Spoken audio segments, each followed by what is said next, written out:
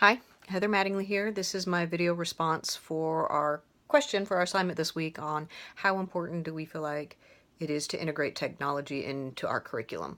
Before I started the assignment, I would have rated the importance for me personally, probably out of 4 on a 0 to 10 scale, 0 being not important at all, 10 being it's the most important thing. We should all be doing it all the time, every day, every day, every day. I wanted to go into this assignment with a little bit of an open mind. I am completely a dinosaur when it comes to technology.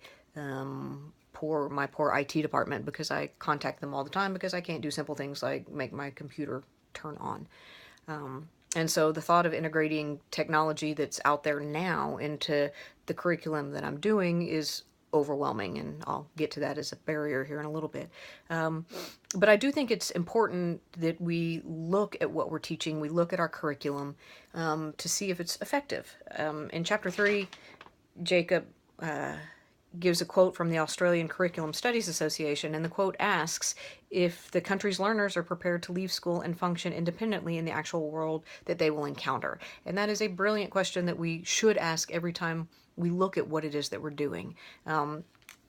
Is the education that we're giving our students actually preparing them for anything? Is it preparing them to do anything? And if it's not, why are we doing it? What's the point? Chapter 5, which was written by Wilmarth, pardon me if I'm pronouncing it wrong, I think probably did a good job of kind of giving us reasons why we need to really start looking at integrating technology into our curriculum because of the technological advances that we've made, that we're continuing to make, and how quickly things are changing. And I say it probably gave good reasons because most of that chapter I didn't understand. I'm still not quite sure what a wiki is. The URL, I know that as the thing that you type at the top when you're Googling something. I don't know what an API. I did a lot of looking things up, and I'm still not real sure about what they were talking about.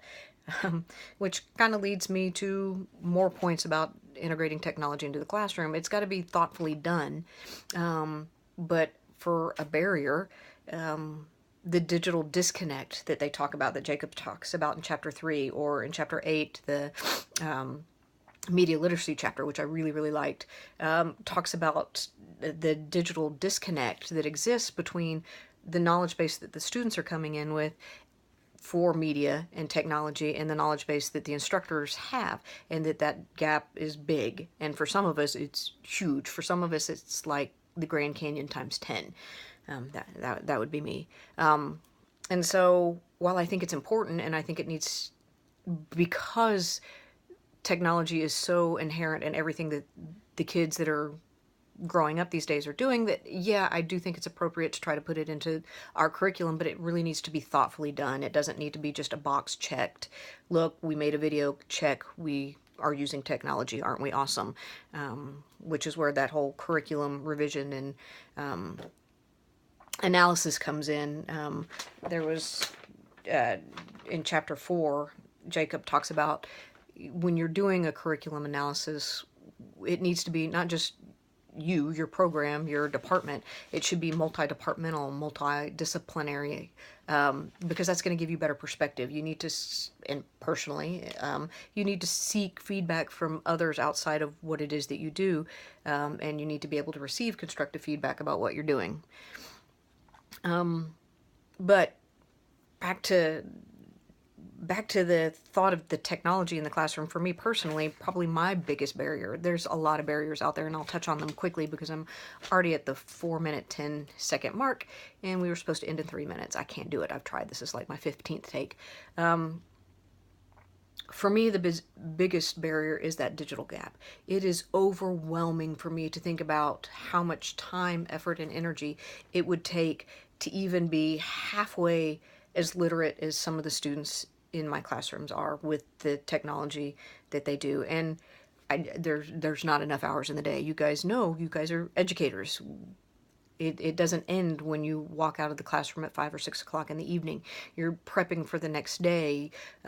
If you want to be good at what you do, you're revamping your lecture from last year. You're redoing the way you want to grade an assignment. So you're always working even when you're not in the classroom. And so the thought of taking on even more to try to do this it's just overwhelming. It's exhausting, even just thinking about it, at least for me. That's one of the huge barriers for me.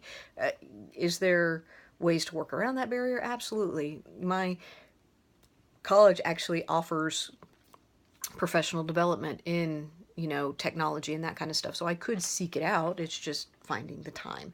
Time would be another barrier.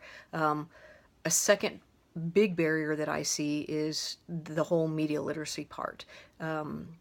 It makes me nervous.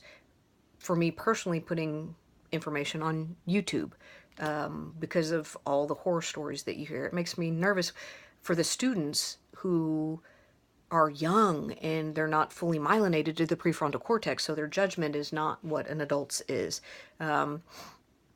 That, you know, they're doing these things in the media, on media, social media accounts, and they're clicking to allow this or they're posting that, and they're not fully cognizant of the repercussions of that. I mean, we've seen the cyberbullying. We know that identity theft is possible. You know that there's people out there that can take this image and superimpose somebody else's voice on top of it and make it sound like it's me saying horrible, horrible things about somebody else, and then use that against me in my job, for my family, whatever.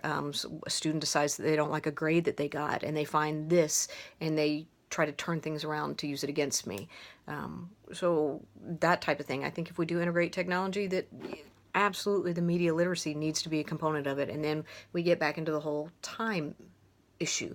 We have X amount of days in the year. We have a specific set of standards that we have to expose our students to.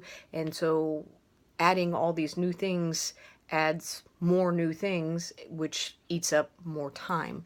Another barrier that I see is the legality of everything, and that makes me nervous too.